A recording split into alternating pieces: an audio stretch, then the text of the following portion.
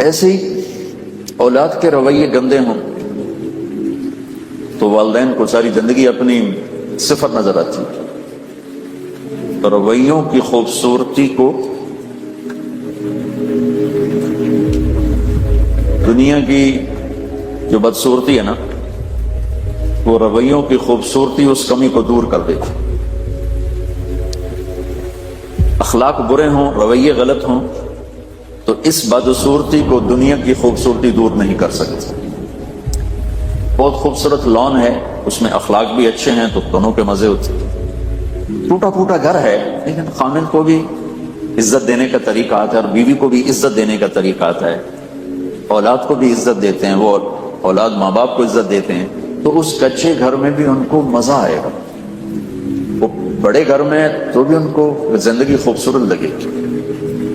لیکن بہت خوبصورت گھروں میں رویے غلط ہیں. وہ مجھے بہت پرانی بات ہے، 90s کے راؤنڈ اباؤٹ ایک بہت بڑے گھر میں گیا تو وہ عجیب و غریبی گھر تھا. تو وہ گھر کا مالک بیٹھا تھا اپنے بیڈ روم میں. اس وقت اس پہ 15-20 لاکھ کا اس وقت صرف بیڈ اور وہ فرنیچر وغیرہ اور چیزیں پڑی ہوئی تھی. تو وہ مجھے کہہ رہا تھا یہ گھر مجھے کھانے کو آتا ہے، مجھے کاٹنے کو آتا ہے، اور میں اس پہ رشک کر رہا ہوں کہ کیا عالی شان گھر ہے، کیا خوبصورت بیڈ روم ہے، کیسا عالی شان ڈرائنگ روم ہے. اور وہ صاحب خانہ مجھے کہہ رہا ہے یہ گھر مجھے کھاتا ہے، مجھے کاٹنے کو آتا ہے. کس چیز کی کمی تھی؟ رویوں کی. ساری خوبصورتی کو کس نے بدصورت بنا دیا؟ رویے، اخلاق. تو انسان چونکہ ایک زندہ مخلوق ہے اور احساسات رکھتا ہے، احساسات کو سب سے زیادہ جو چیز پروان چڑھاتی ہے وہ مثبت رویے ہیں، وہ خوبصورت بول ہیں، وہ درگزر، جھک جانا، وہ معاف کرنا ہے. اور انسان کو سب سے زیادہ جو چیز گرا دیتی ہے، وہ ساری زندگی کے حسن و جمال کو چھین لیتی ہے، وہ غلط رویے ہیں، غلط اخلاق ہیں، بدتمیزی ہے، بد اخلاقی ہے، جو اگلی کو بھی نظروں سے گرا دیتی ہے، جو بد اخلاق ہے. اور جس کے ساتھ بیت رہی وہ بھی اپنے آپ کو کہتا ہے اس سے بہتر تھا میں مر ہی جاتا تو اچھا.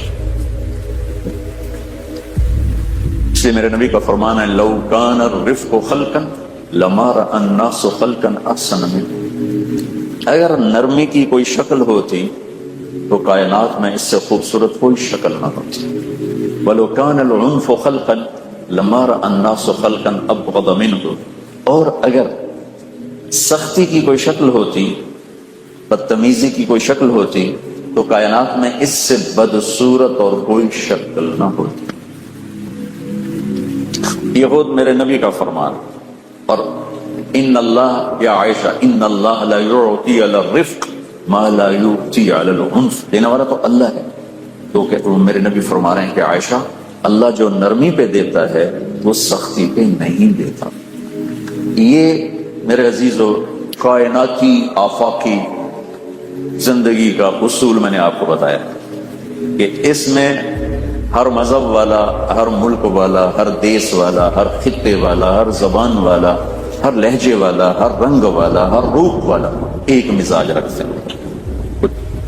چاڈ اور کیمرون کے جنگل میں رہتے ہوں یا اسلام آباد کے خوبصورت وہ شہر میں رہتے ہوں، مدینے جیسے مقدس شہر میں رہتے ہوں، یا نیو یارک جیسے دین سے بیزار شہر میں رہتے ہوں، سب جگہ یہ ایک آفاقی قانون ہے کہ انسان کو جو چیز سب سے زیادہ اٹھاتی ہے اور زندگی میں اس کو ایک انرجی دیتی ہے وہ خوبصورت رویے، اور جو چیز اسے بٹھا دیتی ہے وہ سب سے زیادہ اس کی خوشیاں چھین لیتی ہے وہ غلط رویہ، غلط سلوک ہے، بدتمیزی ہے. اب وہ کس طرح وہ خوبصورت زندگی بنائے کہ اس کے رویے ٹھیک ہوں، اس کے بول ٹھیک ہوں، اس کے اخلاق ٹھیک ہوں. یہ علم انسان کے پاس کوئی نہیں. یہ خوبصورت گھر بنا سکتا ہے، عالیشان باغ بنا سکتا ہے، بہترین کپڑے بنا سکتا ہے. گھڑی 50 کروڑ کی گھڑی بازار میں بک رہی ہے، 50 کروڑ کی گھڑی. انگلینڈ میں ایک آدمی کے ساتھ گاڑی میں بیٹھا، اس کا ایسے موبائل، تو میں نے اسے اٹھا کے دیکھا پیچھے ہیرے لگے ہوئے، پیچھے وہ ہیرے لگے ہوئے. تو میں نے کہا یہ کیا ہے؟ تو پتا چلا کہ 1.25 کروڑ کا صرف وہ موبائل ہے، موبائل 1.25 کروڑ روپے کا موبائل۔ انسان یہ کر سکتا ہے، لباس فاخرانہ بنا دے، گھڑیاں ایسی بن گئی، سواریاں ایسی بن گئی، گھر ایسے بن گئے، کھانے ایسے عجیب و غریب بن گئے، ایسے خوبصورت بن گئے، یہ انسان کر سکتا ہے۔ لیکن اس میں چلنے والا انسان خود خوبصورت زندگی گزارے، یہ علم اس کے پاس کوئی جاہل۔ واللہ اخرجکم من بطون امہاتکم لا تعلمون شیئا، اللہ نے تمہیں ماں کے پیٹ سے نکالا، تم کچھ بھی نہیں جانتے تھے۔ وہ زندگی جس میں بہار ہو، حسن ہو، حسن ہو، چونکہ حسن کھینچتا ہے، کھینچتا ہے۔ ہم سوئٹزرلینڈ میں سے گزر رہے تھے تو ہر تھوڑی دیر کے بعد میں کہتا گاڑی روکو، گاڑی روکو۔ کیا ہوا؟ میں کہا یہ منظر دیکھنے دو ذرا، جی کاٹو گا۔ میں باہر نکل کر دیکھنا شروع کر، پھر ہم تھوڑی دیر چلتے، گاڑی روکو، گاڑی روکو۔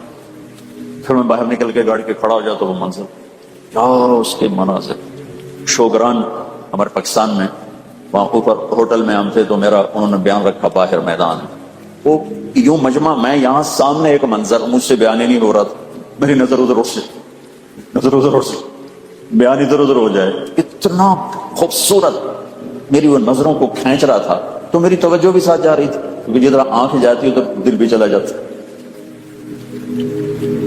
دل تو آنکھ کے غلامی کرتا ہے۔ وقی الامیر هوى العیون فإنه ما لا يزول ببأسه وسخائه يستأثر البطل الكمی بنظرة ويحول بين فؤاده وعزائه۔ یہ پتہ نہیں متنبی کہاں سے یاد آ گیا مجھے، اچانک پہلا قصیدہ متنبی جو کہتا ہے ایسا گزرا۔ ذرا اللہ میرے امیر کو آنکھوں کے شکار سے بچائے، یہ وہ تیر ہے جو خطا ہوتا ہی نہیں، دل کے پار ہو جاتا ہے، تو نظر تو کھینچ لیتی، تو وہ مجھ سے بیان ہی نہیں ہو رہا۔ وہ شکر ہے تھوڑی دیر بعد بارش شروع ہو، تو وہ سارا مجمع ہم اٹھ کے ہال میں گئے، پھر میں نے وہاں تسلی سے بیان کیا۔ اب یقین مجھ سے بات نہیں ہو رہی، میں جیسے چاہتا ہوں کہ میرا باہر خوبصورت ہو، میں چاہتا ہوں میرا اندر بھی خوب، چونکہ جب تک اندر خوبصورت نہ ہو باہر کی خوبصورتی متوجہ نہیں کرتی۔ اندر خوبصورتی ہو تو اندھیروں میں بھی اجالے نظر آتے ہیں، اندر بدصورتی ہو تو اجالوں میں اندھیرے نظر آتے ہیں، اندر بہترین بن چکا ہو تو صوفی روٹی میں پراٹھے کا مزہ آتا ہے، اور اندر میں ویرانی ہو تو بریانی پلاؤ بھی زہر نظر آتا ہے۔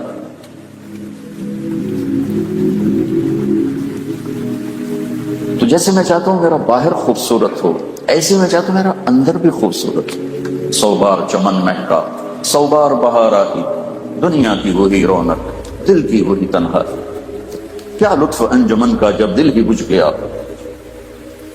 تو حسن، ایک حسن و جمال ہے جو آنکھوں کو جا کے پکڑتا ہے، ایک حسن و جمال ہے جو دل کو جا کے پکڑتا ہے۔